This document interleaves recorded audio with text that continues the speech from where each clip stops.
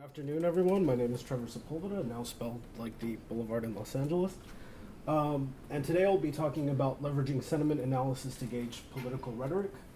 And I did this by doing a retrospective analysis of the nomination of Brett Kavanaugh to the Supreme Court. To my Republican colleagues, if you vote no, you're legitimizing the most despicable thing I have seen in my time in politics. This has destroyed my family and my good name.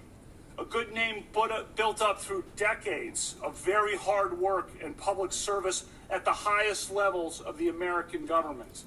I was pushed from behind into a bedroom across from the bathroom. I couldn't see who pushed me. Brett and Mark came into the bedroom and locked the door behind them. I'm not questioning that Dr. Ford may have been sexually assaulted by some person in some place at some time. But I have never done this. A nomination is rescued by a display of rage and resentment. This in the New York Times, Sunday, October 7th, 2018. Stark divide, raw emotion on Friday, September 28th, 2018. These are just some of the categorizations of the confirmation hearing of Brett Kavanaugh. But is this true? And while the role of emotion is very poignant in this hearing itself, I think that there's a lot more, and that's why I decided to choose this case study. There's a lot that was going on during the Kavanaugh hearings. You had the potential implications for Roe versus Wade, a battle over Brett Kavanaugh's documents from his time as White House counsel. Dr. Christine Blasey Ford came forward with her testimony and testified before the Judiciary Committee about the allegations. And this nomination also took place against the backdrop of a very competitive midterm election cycle. So we can turn to sentiment analysis to examine the role that emotion played specifically in the discourse around Judge Kavanaugh's nomination. So one of the reasons why I turned to sentiment analysis as opposed to regular text analysis is that sentiment analysis is much better with sort of giving us a broader sense of emotions and perceptions. And sentiment analysis in this context is defined as the tracking of sentiment towards a particular topic, issue, or candidate. In this case, it's Justice Kavanaugh.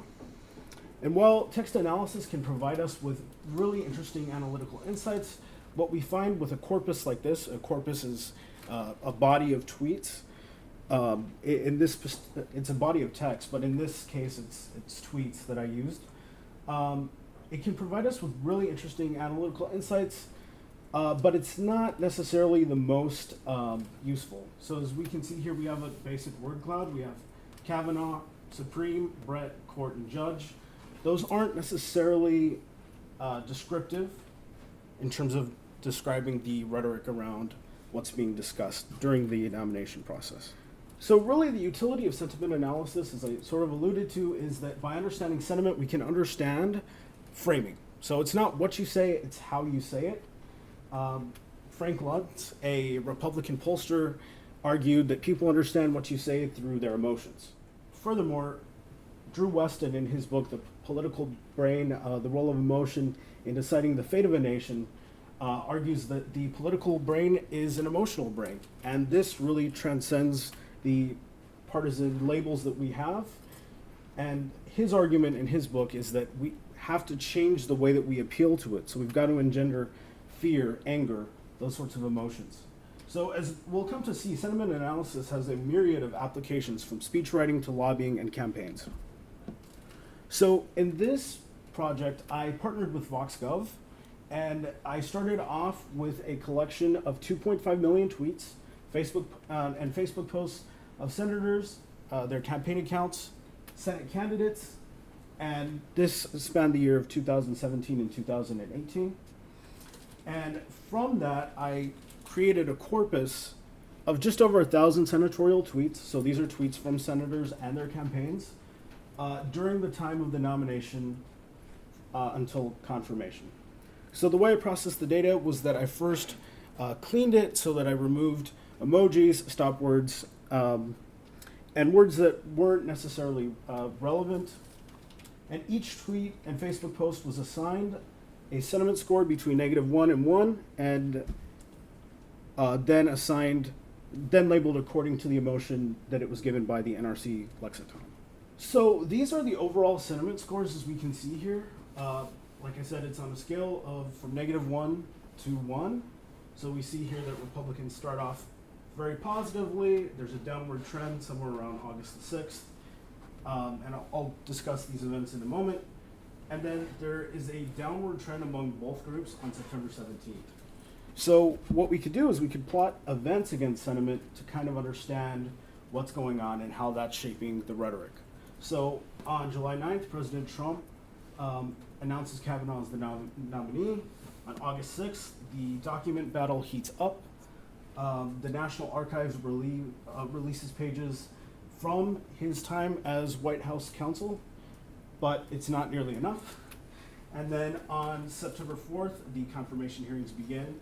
And the week of September 16th, the Washington Post publishes an article naming Christine Blasey Ford as the accuser of Brett Kavanaugh.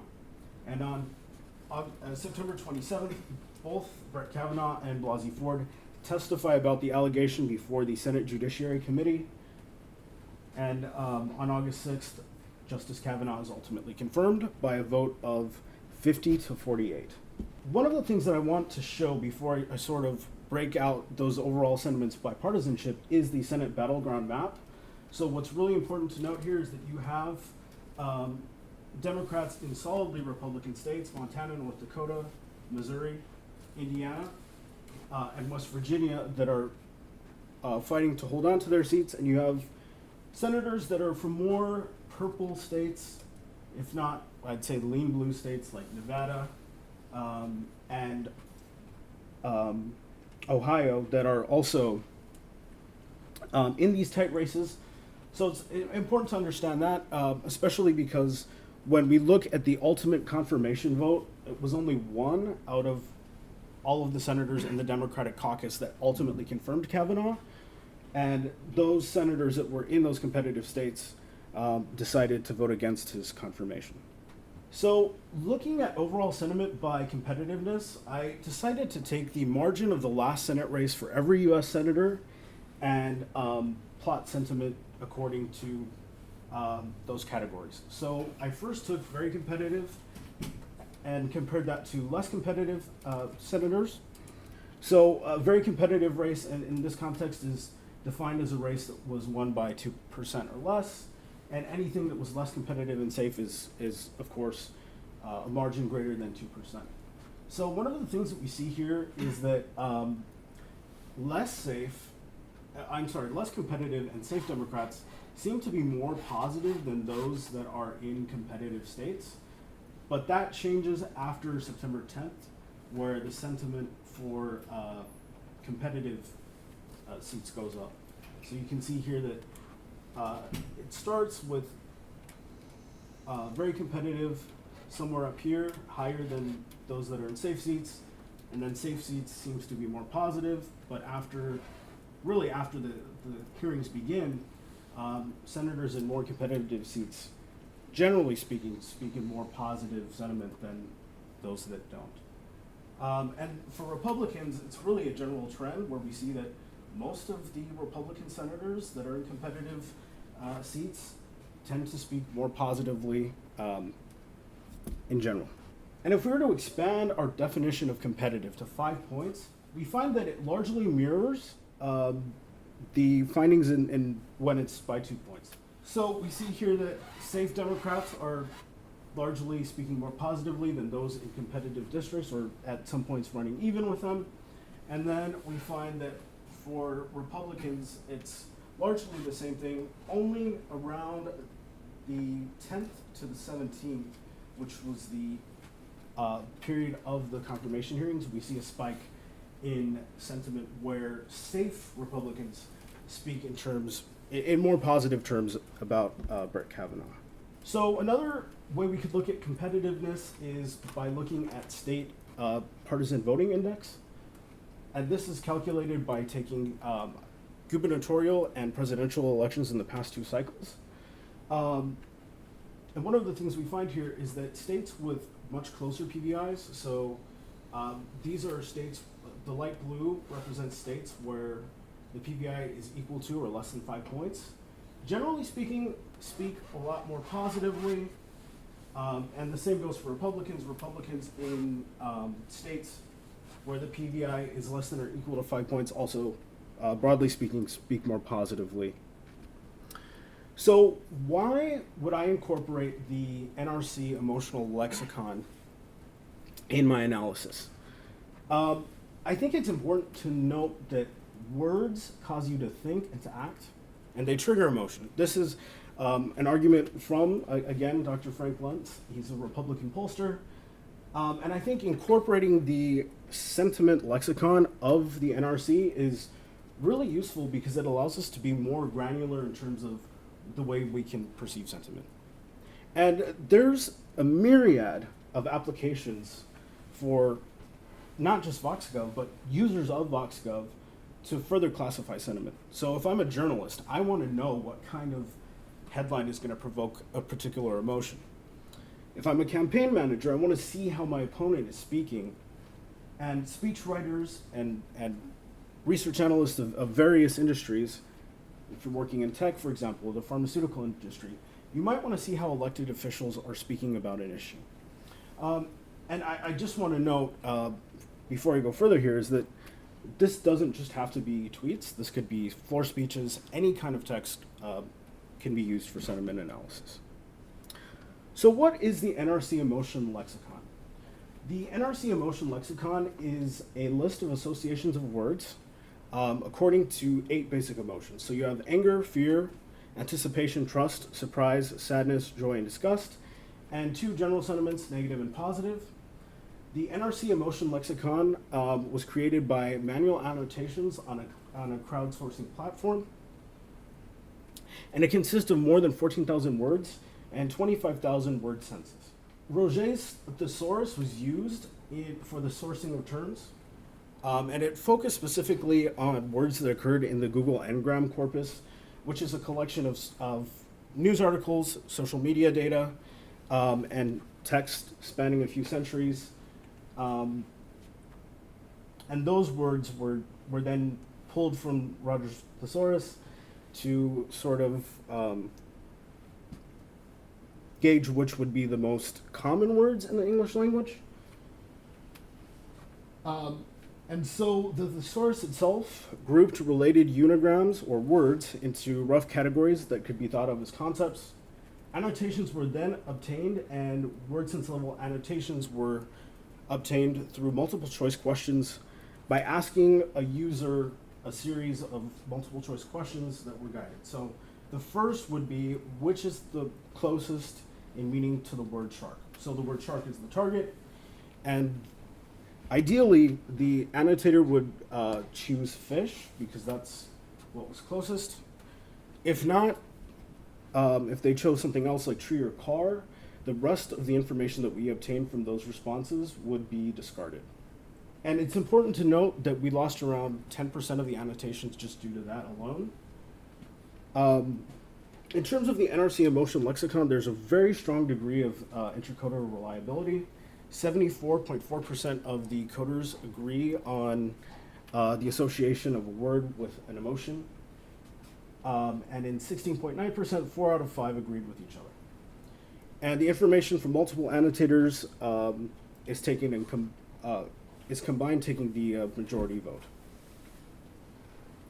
So what I did is I used the sentiment R package in R to obtain the average scores for every tweet and Facebook post. So again, like those scores that I showed where it was negative and positive, I wanted to just have a sense of whether or not each tweet was negative or positive. And then I created an additional variable that would return the NRC sentiment. So essentially what it did is it took all of the words in the NRC lexicon and it compared them to each tweet, and it gave us a tally. So in this tweet, we can see that 2 words were associated with anger, 1 was with disgust, 1 fear, 2 were negative, and 1 was associated with sadness.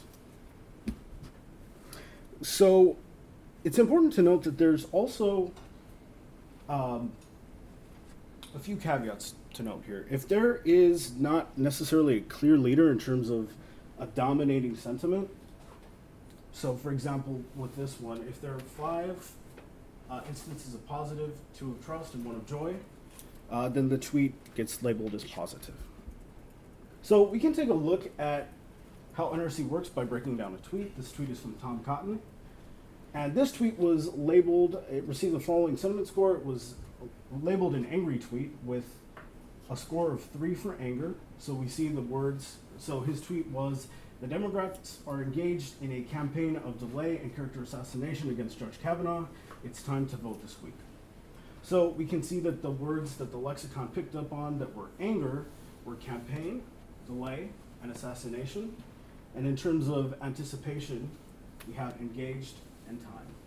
And it's also worth noting that the words campaign, delay, and assassination are also noted as negative. And we'll take a look at that in the following slide. So we can see here that it's broken out by negative and positive. We've got engaged and vote are the positive ones, and assassination, campaign, and delay are the negative words.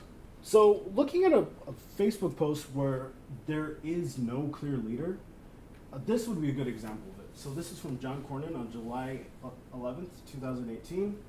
President Trump's nomination of Brett Kavanaugh is a victory for America. We must support him. So this tweet received a score of positive. So you have 3 words here. You have victory, which could be coded as joy and anticipation, and support, which could be also coded as trust in addition to positive. And here we have examples of tweets conveying the emotion of trust.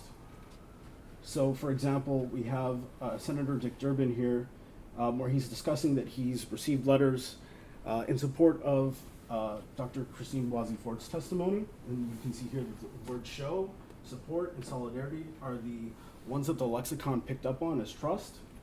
And in this tweet from Jeff Merkley, we could see here that trust and truth are the 2 words that were picked up on, and that's how it was labeled a trust tweet. And so the same goes for other example tweets. For example, if we have anger here, the word destroy, assassination, accused, and offended. Assassination, character assassination was a very common thread throughout the confirmation. And so really to kind of put a finer point on this, was the Kavanaugh nomination defined by rage? Was it defined by anger? Was that the emotion that historians will remember it by? And if we look at it cumulatively, we find that it actually wasn't. It was trust, which I find to be very interesting, especially when you break it out by partisanship and competitiveness. We see that trust for competitive candidates was the dominant sentiment. And if we even take this a little bit further, even for candidates where the margin was 5% or less, trust is the dominant sentiment here. And I think it's important to note that you'll see here that there was a slight shift. So for Democrats, anger was actually in races less than 5%, anger was the second most important emotion when you account for competitiveness by 5%, but trust dominated overall. And so this slide is really for demonstrative purposes.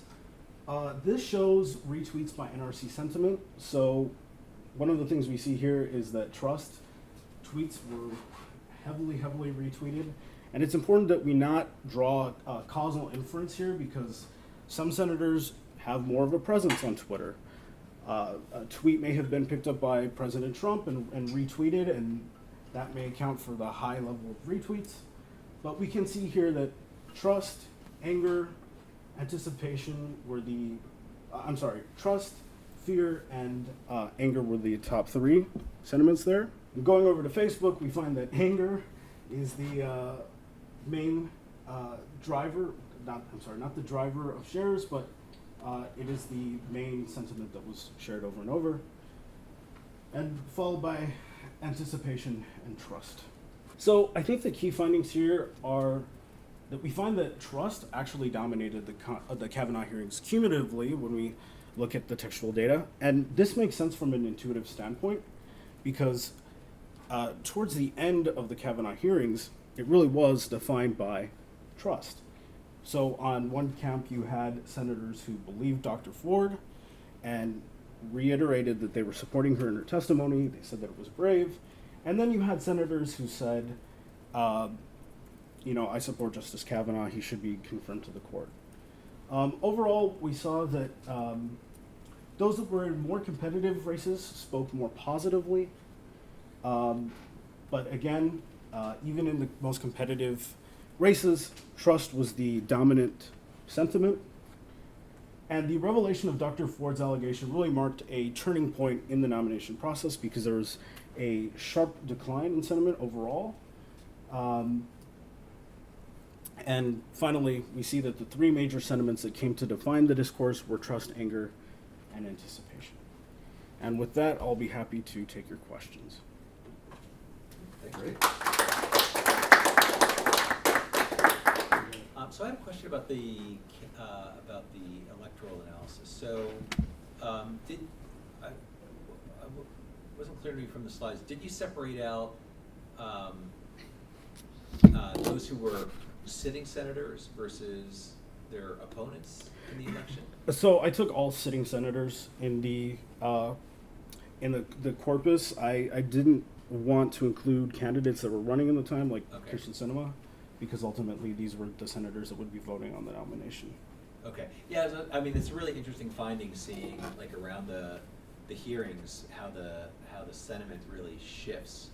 And I'm wondering, especially by competitiveness, and I was curious as to whether, in terms of like the way that the campaigns were framing their messages about this. So I know that the VoxGov data does have the non-incumbent senators in the races. So maybe for future analysis, it'd be interesting to parse that out and see if they were, if it varies depending on whether you're a sitting senator or not.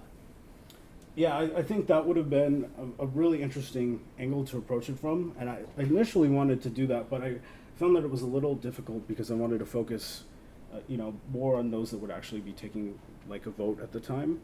Mm-hmm. But I do think that for future analysis, that would have been really fascinating to look at the framing in that respect. Yes. Two things. First, all the books that were referenced on these slides were required reading for the political communications class, which again I've already recommended today. I know Trevor would, I think, recommend it even higher than I would. Enthusiastically. Yeah. But if you go, I think 1 or 2 slides forward to the competitiveness plots, those ones. It's interesting to me that it seems pretty like jagged, that everything's it's not super continuous. How sentiment changes day to day or week to week.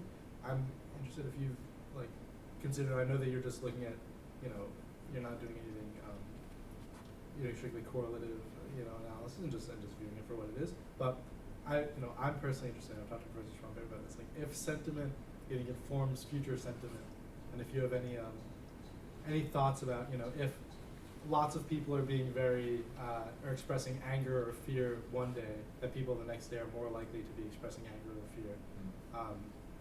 Not that that would be a result of this project specifically, but if that's something that you have an intuition for. I feel like it's hard to say because there's so many. The thing about sentiment, and not just looking at this case, but if you look at something else like the Build Back Better bill, for example, or even other, let's take, for example, the 2024 race, right? I think that there's so many events that could shift sentiment that it's really hard to say from day to day. I think it's sentiment is something that's hard to predict. I don't think you could even, I feel like you couldn't even train past sentiment to inform future sentiment. That's just my take on it, especially in the world we live in today, where everything is so rapidly evolving. Yes. So do you think bias would play a role in Could you elaborate on like what you mean? Like the role of bias. How would bias work in terms of analyzing sentiment? Do you think that would be valid? Oh, okay. Thank you for asking. That's an interesting question. I think that to some degree, yes. But using the NRC model itself, I would say that it's fairly difficult for it to be biased, just because you have so many terms, and many of the terms get coded with different word senses. So I don't think that. I think one of the brilliant things about the NRC sentiment model is that it kind of accounts for that, is that you can pick up on nuance to a degree. Yes. There are some words that like go together, but there's space separated out. So, Mm-hmm. and that might change the context. Like New York City, new might have a positive context, but New York City might not. So, Sure. how did you deal with things like that, or do you have any thoughts on that in this model? So I think you bring up a really interesting point. And there are instances where there were words that were coded as negative and positive, and then I'm sorry, like I lost my train of thought. Negative and positive, and then were ultimately coded as positive because there were more instances of positive, or vice versa. So I think one of the things that you have to take into account. So for instance, if there's a tweet that has 3 instances of negative and 3 instances of positive, and there is a word in there that's angry, then that'll be coded as anger. Sometimes it defaults to the dominant emotion.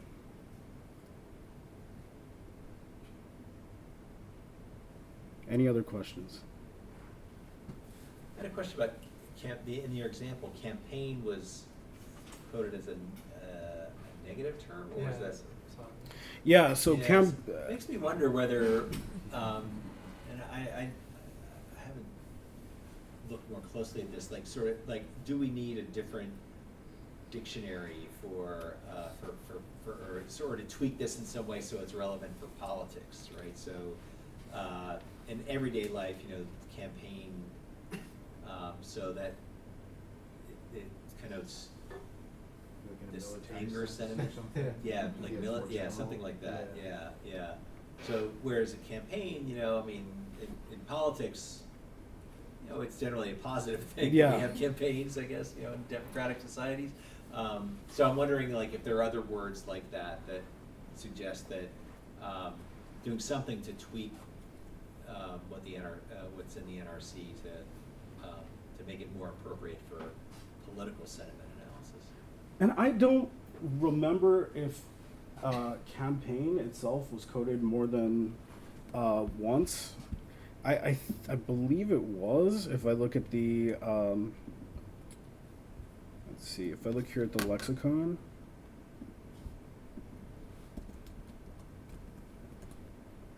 Yeah, so actually all of the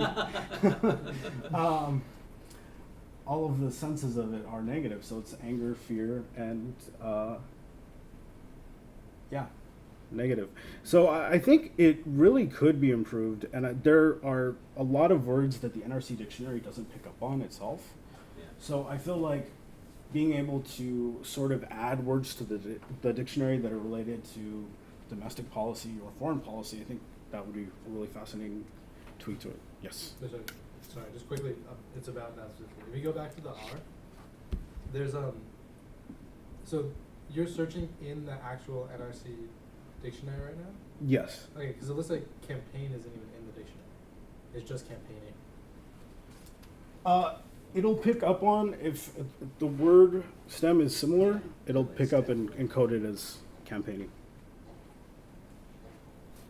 Wait, what? Sorry. In what? In the so are you saying that the word campaign didn't show up in your corpus of tweets?